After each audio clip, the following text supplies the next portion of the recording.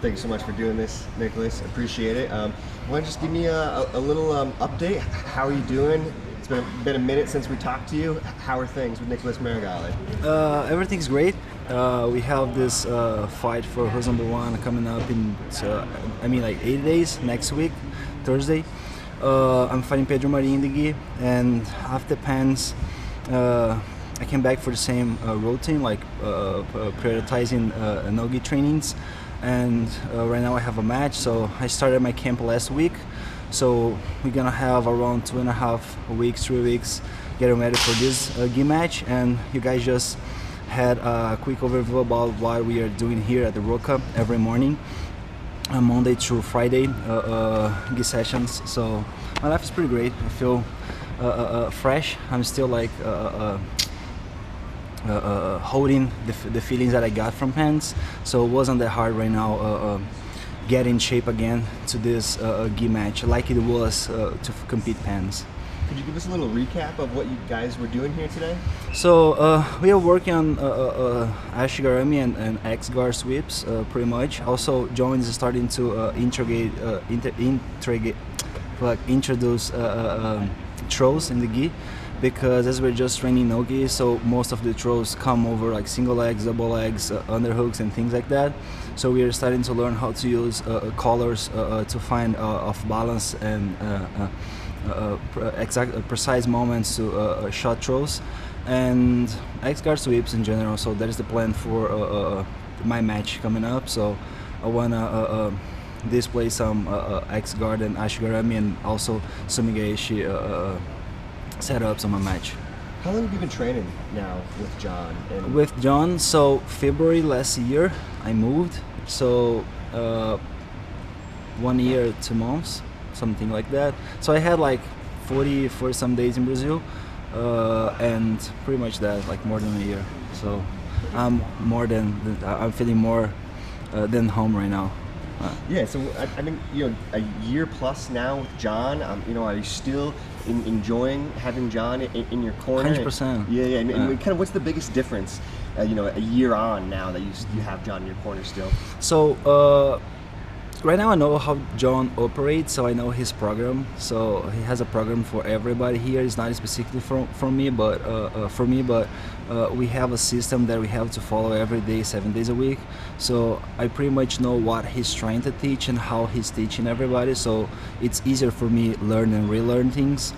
And training the gi with John is something that is kind of a gift right now, because as I have a year training only no gi, so having these few weeks that we got from Pans and right now from Who's Number One is something that is just refreshing this spirit about learning something new from a guy that I really respect and admire like John. So it's always grateful every day when I come to the gym. I know that I'm coming to learn something and step up my skill levels.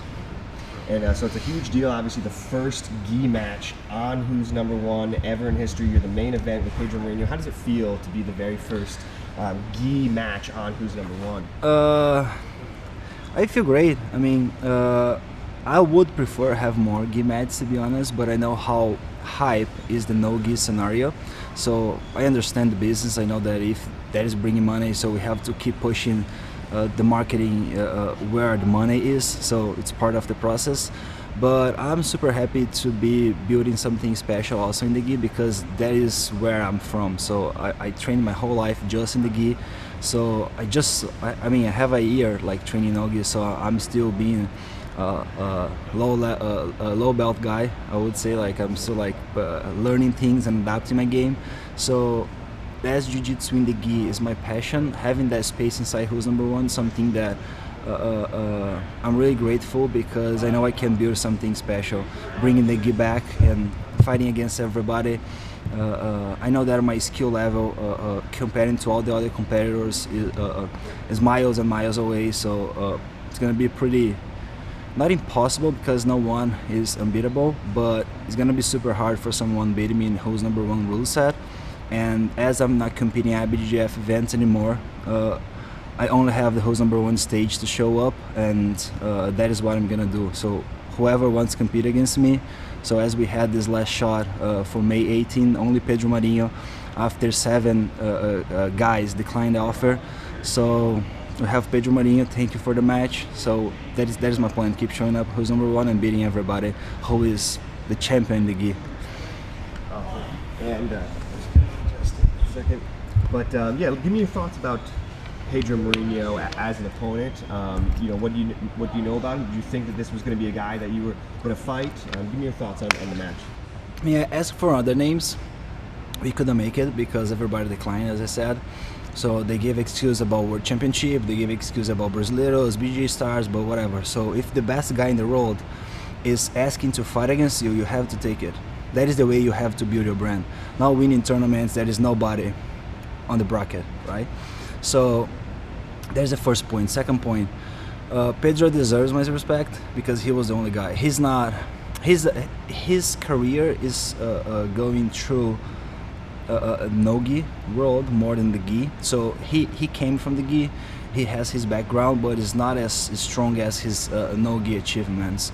So I know he's tougher nogi, but also he's a good guy in the gi. So he won a lot of tournaments. He never won a Grand Slam, but he's still being a tough guy. I always saw him having wars against all the best guys in his division.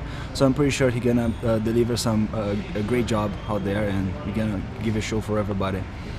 It seems like lately there's a lot of talk about the gi versus no gi. You know, is the gi dead? Make the gi great again. Do you take that stuff kind of personal as the guy to be the one to kind of take the gi to where no gi is and to mainstream? Do you take that personal?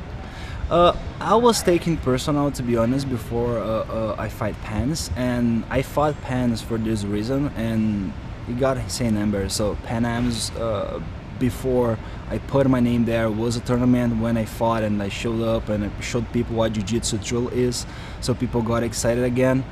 I was taking personal, but right now I'm like, bro, it's not only my job, so we have to see all the athletes working for the same reason, understanding how to make business, understanding how to make marketing, understanding how to be real on social medias, and then deliver to the public what they want. So it's not only about submissions, it's not only about trash talk, it's not only about whatever type of media you have, it's everything running for the same direction. And I know I have those skills, and if something happens, naturally I know it's gonna happen. So I'm pretty close to not say I'm the greatest jiu-jitsu level of all times. I'm pretty close to this select group. People can complain, people can talk shit, but talking about skill level, technical skill level, I'm there.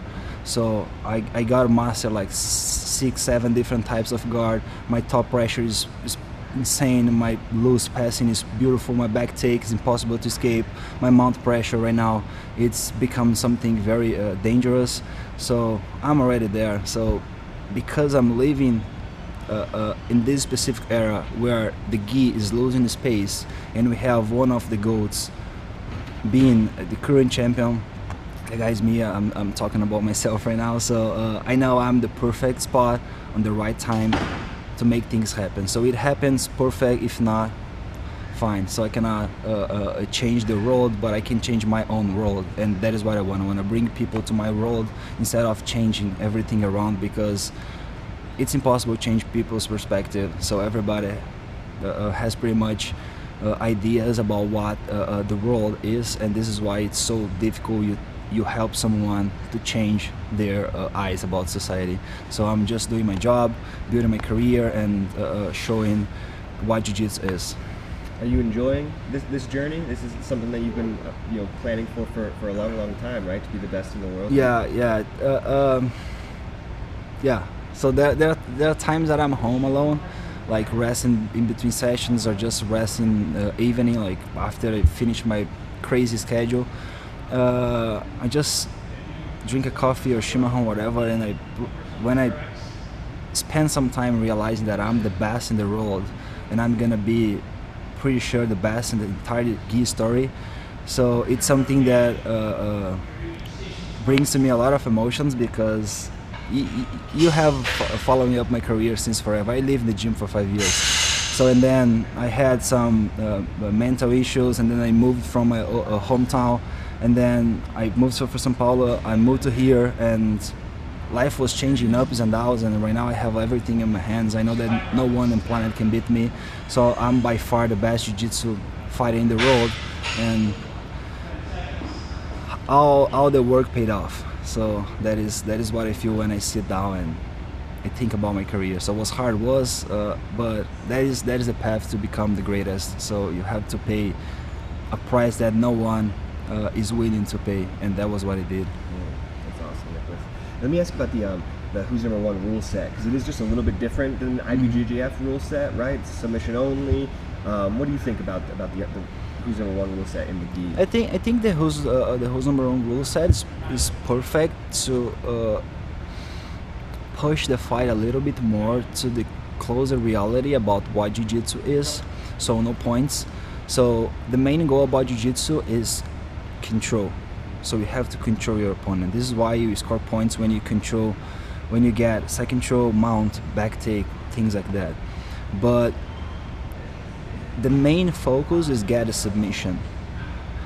And the rule set that I have from IBJJF is not completely wrong. I think they do a lot of things right in the rule set, something that they have to change a few things, but they are still doing a good job. But Who's Number One is more focusing on what really counts, because points are irrelevant in a match if you want to just show who's the best jiu-jitsu fighter in that stage. So I can pin you side control, I can get side control again, and I can get side control 3 times. IBJJF rule set would count 9 points. But if I mount on you, if I control you for 5 minutes and then I lose the mount, I would only score 4 points. But if I get control you and bottom mount for 5 minutes, I'm showing you what jiu-jitsu is. So that is why points are not the best thing to figure who is the best fighter. You can build skills about strategy, you can build your game behind points, and then you can become a champion. But whole sets where we have sub only and we have referees calling for action, like pushing the match. So I think that is the best thing we could bring to the stage to kind of build a different perspective about jiu-jitsu. So you have to control your opponent and you have to find submission. Submission is the main goal, is the priority, but before you get submission, and that's something that people don't understand at all. So before you get submission, you have to control your opponent. You have to take the back, place hooks in, and hold the guy. Once you hold the guy, you choke. Mount, same thing. So people kind of like to, not people in general, but I'm just saying people, even competitors, they think like flight triangles are beautiful. Bro, it's a nice shot, but it's good for highlights, but it's not what jiu-jitsu is. Jiu-jitsu is control. I'm gonna pull guard, I'm gonna sweep you, I'm gonna hold you down, I'm gonna side control, mount, pin you, choke from arm or choke from back. That is my opinion, is the most beautiful picture ever. So Who's Number One is giving me that option to fight under that rule set, like only jiu-jitsu. Anything else is just in a different state. So I'm very happy to be fighting the gi under that rule set. And you know, a lot of fans, of course, are excited to see you back on Who's Number One, see you in the gi on Who's Number One. What can the fans watching Nicholas Meregali expect when he steps out there on the mats? So I have a game plan for this match. So I know it's gonna be very exciting because of the movements I'm going there to do. I mean, so you guys watched the Pens like less than 2 months ago. You guys saw what a truly dominance performance means, and that is what I'm bringing to Who's Number One again. I know it's not easy to do what I do, but that is what the fans can expect. Some insane pressure on top when I get top position, and some beautiful and loose guard game, legs moving around, lasso stuff like foot on biceps, X guards, smigations. That is gonna be the plan for this match. Just like, because we have no points, I don't need to be aware about strategy. I just wanna put jiu-jitsu, like let things flow. So it's gonna be a very exciting match, definitely. Awesome. Thank you so much, Nick. Is there anything else you want to say while we're here? Not really, but actually I want to say one thing. So just thank my training partners.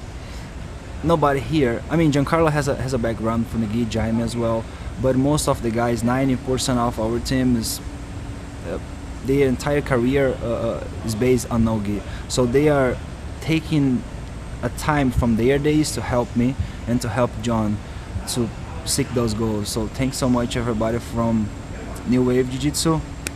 Feeling like home. Thank you. And I just have one last one, if you don't mind, Nicholas.